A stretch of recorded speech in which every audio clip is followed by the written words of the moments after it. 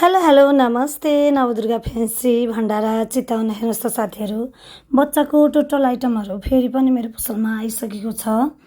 मैले चाहिँ सामान त 2-4 दिन अगाडि नै लिएर आएको थिएँ। फेरि पनि मैले यहाँनिर भिडियो बनाउनु भ्याएको थिइनँ, साउन्ड लागेको छ मलाई पनि अलिअलि। त्यही भएर बच्चीको यस्तो राम्रो क्युट पिसहरू आएको छ मेरो पसलमा।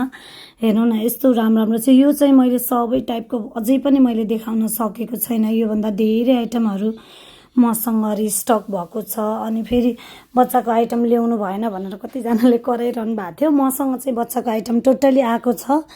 भिडियो मात्रै हेरेर आउने नभन्नु कि मेरो पसलमा त प्राय दिनदिनै सामान आइरहेको हुन्छ कि जेन्ट्स लेडिज बच्चा सबैको आइटमहरू डेली आइरहेको हुन्छ।